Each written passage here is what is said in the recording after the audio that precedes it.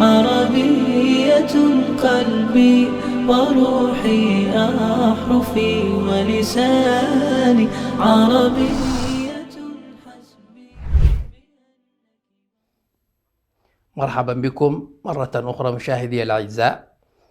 قال القرطبي في تفسيره: واختلاف ألسنتكم وألوانكم اللسان في الفم، وفيه اختلاف اللغات من العربية والعجمية والتركية والرومية. جاء في كتاب التحرير والتنوير لابن عاشور رحمه الله: فاختلاف الألسنة سببه القرار بأوطان مختلفة متباعدة، واختلاف الألوان سببه اختلاف الجهات.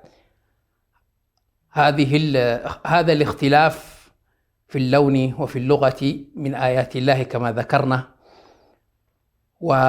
ومن معجزاته. ويقول صاحب هذا الكتاب هو التحرير والتنوير ابن عاشور: هذه الاختلاف سببه القرار بأوطان مختلفة متباعدة، وهي من آثار خلق السماوات والأرض. والألسنة جمع لسان، وهو يطلق على اللغة. قال تعالى: وما أرسلنا من رسول إلا بلسان قومه ليبين لهم، أي بلغة قومه. واختلاف لغات البشر آية عظيمة، فهم مع اتحادهم في النوع كان اختلاف لغاتهم آية دالة على ما كونه الله في غريزة البشر من اختلاف التفكير وتنويع التصرف ووضع اللغات وتبدل كفاياتها باللهجات والتخفيف والحذف والزيادة، بحيث تتغير الأصول المتحدة إلى لغات كثيرة. هذه من آيات الله العظام في البشرية. فلا شك أن اللغة كانت واحدة للبشر حين كانوا في مكان واحد، وما اختلفت اللغات إلا بانتشار قبائل البشر في الموطن المتباعدة، وتطرق التغير إلى لغاتهم تطرقا تدريجيا على أن توسع اللغات بتوسع الحاجة إلى التعبير عن أشياء. فإذا هذا الاختلاف في المصطلحات، هذا التنوع في اللغة هو دليل على عظمة الله سبحانه وتعالى وآياته العظام في الناس. إذن وضع الأسماء لها فاختلفت اللغات بذلك في جوهرها. ومذهب ابن فارس إلى أن اللغة توقيفية، أي أنها وحي من الله تعالى، كما ذكرنا في تعليم آدم عليه السلام الأسماء كلها: ولا دخل للإنسان إلا في نشأتها. وذهب بعض أصحاب مذهب التوقيف إلى أن الله تعالى علم آدم الأسماء كلها بجميع اللغات العربية والفارسية والسريانية والعبرية والرومية وغير ذلك من سائر اللغات. مشاهدي الأعزاء، الآن نرى من الذي تكلم بهذا اللسان العربي، من هو أول من تكلم باللسان العربي. هنالك اختلاف في أقوال العلماء، وهو اختلاف تنوع. اختلف في أول من تكلم باللسان العربي، فروي عن كعب الأحبار أن أول من وضع الكتاب العربي والسرياني والكتب كلها بالألسنة كلها آدم عليه السلام. وقد روى أيضا أن أول من تكلم بالعربية يعرب بن قحطان.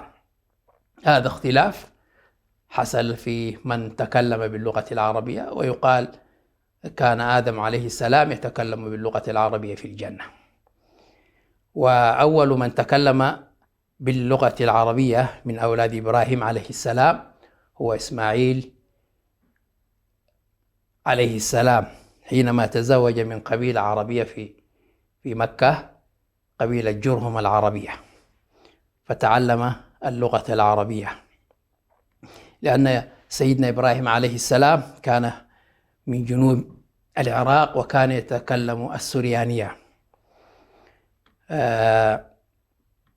ويقول القرطبي في تفسيره: وكذلك إن صح ما سواه فإنه يكون محمولا على أن المذكور من تكلم من قبيلته بالعربية بدليل ما ذكرناه والله أعلم. قبيلة إسماعيل ابن إبراهيم عليهم السلام. إذن اللغات العربية القديمة هي اللغة الثمودية، والتي تنسب لثمود، لقبيلة ثمود، وهي من العرب العاربة البائدة، كانت تتكلم باللغة العربية ولكنها بادت وانتهت، ولكن الله سبحانه وتعالى ذكر تاريخهم في القرآن الكريم، وجاءت قصة أهله فيها. قال تعالى: وثمود الذين جابوا الصخر بالواد، وأنهم كانوا في من خرجوا من أرض بابل من العرب. وهنالك اللغة الحميرية تنسب قبيلة حمير بكسر الحاء وسكون الميم إلى حمير بن سبأ ابن يشجب ابن يعرب ابن قحطان، وهو من جنوب الجزيرة العربية باليمن. وحمير أول من كتب بالقلم المسند، وتسمى بذلك لأنه مسند عن جبريل عليه السلام، وبلغ عامة الأرض، وبلغ عمره 400 عام و45 عاما، وهكذا.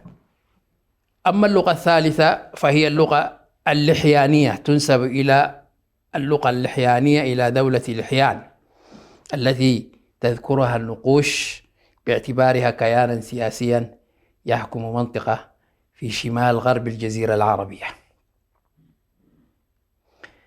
وبهذا يكون انتهينا من هذه مقدمة عن اللغة العربية ومفهومها والقبائل التي تكلمت بالعربية وأول من تكلم بها.